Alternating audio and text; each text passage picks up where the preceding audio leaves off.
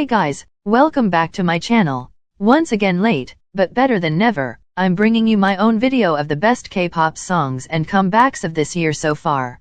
I included both title tracks and B-sides that were released between January and June of 2022, since let's be honest, K-pop hasn't been delivering very strongly in the past 6 months, especially in terms of title tracks.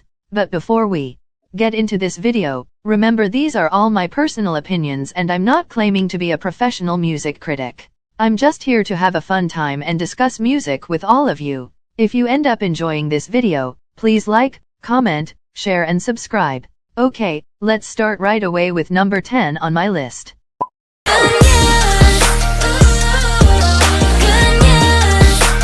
At number 10 we have Good News by Lightsum. I know most of us like to act like Lightsum don't exist and aren't I.DLE's sister group, but we will leave this discussion for another video. I have to admit that until their most recent album that Good News is on, I wasn't the biggest fan of their discography. Most of their songs just kinda fly over my head and never come back. They are just a one-time listen and that's it. But almost every single song on this mini album is great, Good News being my personal favorite. It's a very bright and light-hearted song, which is easy to listen to in pretty much any mood.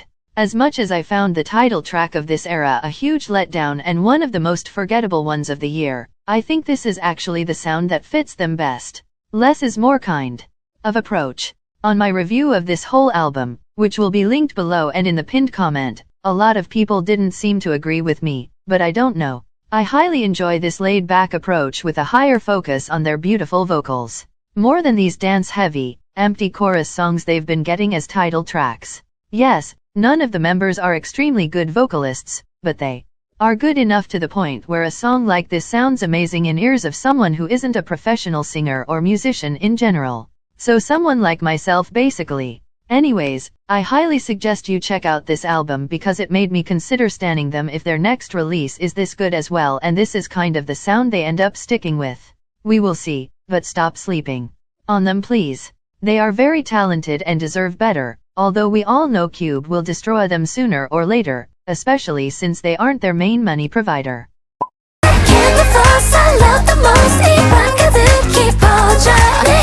At number 9 we have Candy Floss by Nayeon.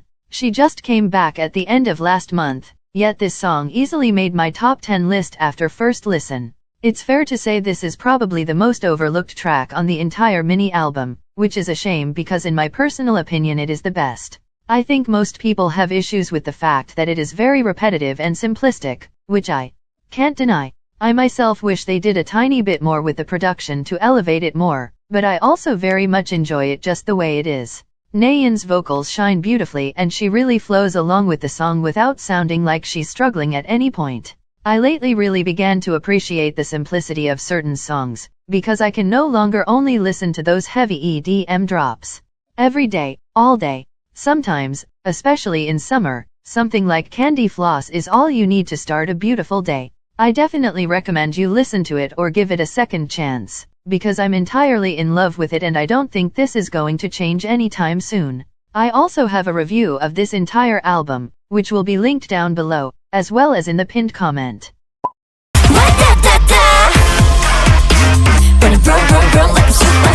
At number 8 we have I-dle by Kep1er. This is probably the one song on this list that most people will disagree with. I've seen so much slander for it ever since its release and I quite frankly don't understand it. I loved Kep1er's debut since first listen until this day, many months later, it aged like the finest wine. I listen to it all the time, yet it still sounds fresh and exciting. Not many songs can do that for me and you can call me tasteless all you want, but it's the truth.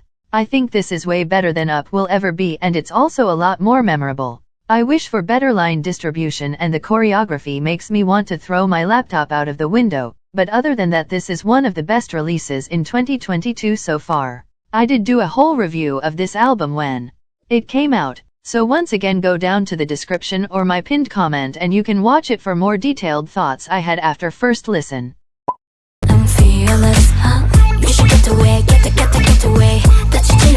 At number 7 we have Fearless by LE Seraphim. If you watched my review of this entire album, which will be once again linked below and in the pinned comment, you are laughing at me right now. After the first listen I pretty much didn't love any of the songs on the album, but now they are all on my playlist and I'm obsessed with them. Fearless became my favorite K-pop album released this year, and that's why it's no wonder that Fearless, the title track, made it to my top 10 list. I might even dare to say that in this current moment it is my favorite song off the album, followed by Blue Flame. I'm aware that Garam is no longer a part of the group, which is why I decided to officially stand them now. The simplicity of this song is a bit off-putting at first, but the more you listen to it, the more catchy and enjoyable it gets. Every member shines so beautifully, even when they performed it as a 5-member group on music shows. It's easy to listen to and doesn't really feel like it's going to punch you in the face with its heavy production. I hope with their first comeback, whenever that might be, they deliver the same or even higher quality, because with more releases like this one, they might become my ultimate favorite group one day. My bias is Sakura, by the way, for everyone who may be wondering.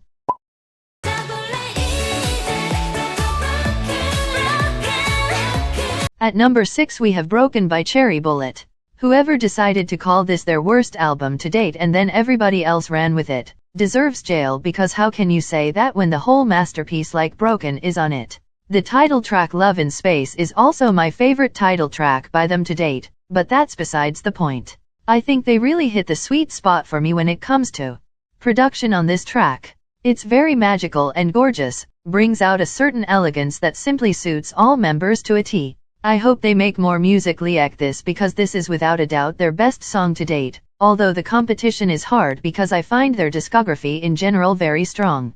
Please, give it a listen if you didn't yet and form your own opinion.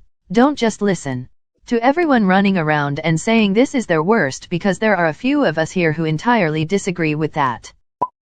Even though we're not meant to be, all your words of the... At number 5 we have Lost on Me by Eric Nam.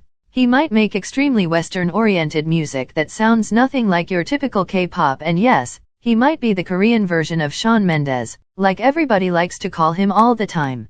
But I'm simply in love with this voice, and the production on this track makes me emotional every time. Why? I don't know, you tell me, because I literally have no idea. It could be that the lyrics are in English and both elements in combination just bring out feelings in me that I didn't even know I have. Or it could be that this is just a whole ass bop and more people should give him a chance instead of just pushing him aside for being generic and making radio pop music. Yes, you won't get anything revolutionary out of this song or any of his other songs, for that matter, but that doesn't make them bad right off the bat. If you can listen to Permission to Dance and claim how good it is, then you can also give Eric Nam a chance. I promise you won't be disappointed if you like similar music to me. This man is wonderful and I adore him ever since this release.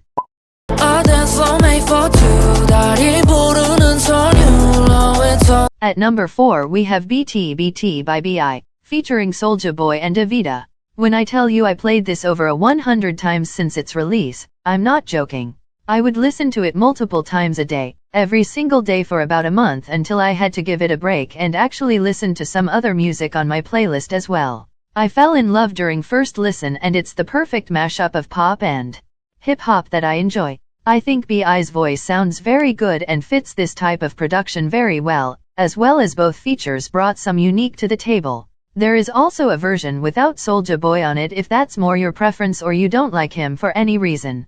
Just give this song a listen please, it's so damn good and I highly recommend the performance film. The choreographers really outdid themselves with that one, and it's not surprising since they are from 1 Million Dina's studio. But my point is that this song is very underappreciated for how well put together it is, and I hope more of you get to discover and listen to it after this video.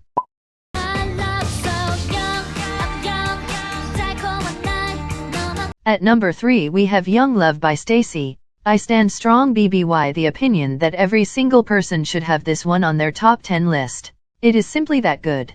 I know sometimes songs that are hyped up to no end don't actually live up to said hype, but Young Love absolutely does. Everyone's vocals are stunning, both in the audio and live performances. Seon delivers some of her best vocal performances to date, and although it sounds pretty laid back at first glance, it is actually quite sad if you take lyrics into consideration. It is my favorite StayC song as of right now, and if by any chance you still haven't listened to it, I highly recommend you pause this video and do it right this very second, then come back and watch the last 2 songs on my list.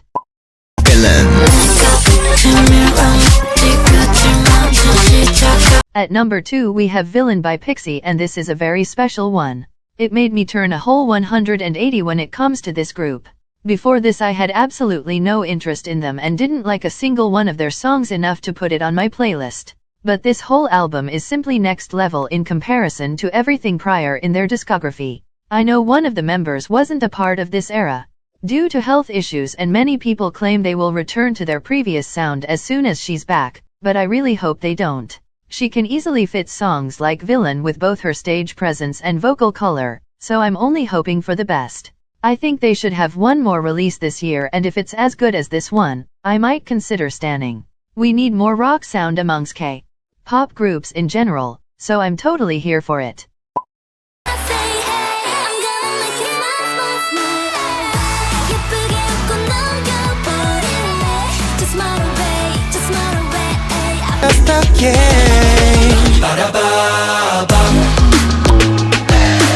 내가 먼저 술래 Maniac 나서 빠진 것처럼 미쳐 Maniac 핑핑 돌아버리겠지 Maniac Frankenstein처럼 걸어 Maniac Maniac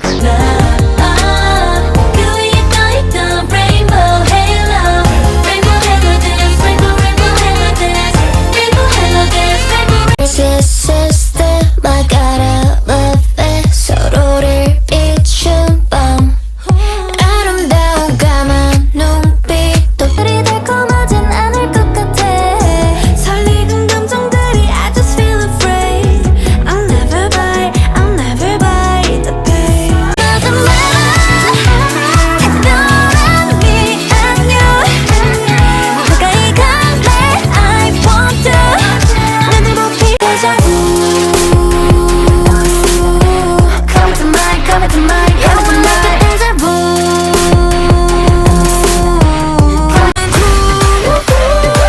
소리쳐 아야야야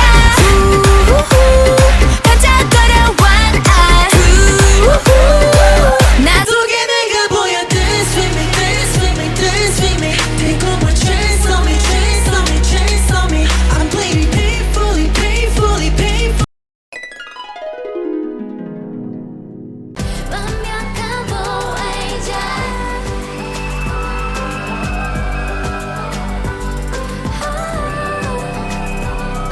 If you watched my review of this entire album or my video where I ranked K-pop songs from June 2022, which will be both linked down below and in the pinned comment, then you know that I'm head over heels in love with this song, and it's a strong contestant for my favorite song of 2022 as a whole. We will see, but I have a good feeling since it's so far aging like the finest bottle of wine. I can't even out into words how much this song helped me during my exams, when I was stressed and anxious more than ever before in my life. I would listen to it in between studying and it would instantly make me feel like I can do this and everything will be okay eventually. It's one of those songs that reminds me of why I fell in love music in the first place. This is how all K-pop should sound like.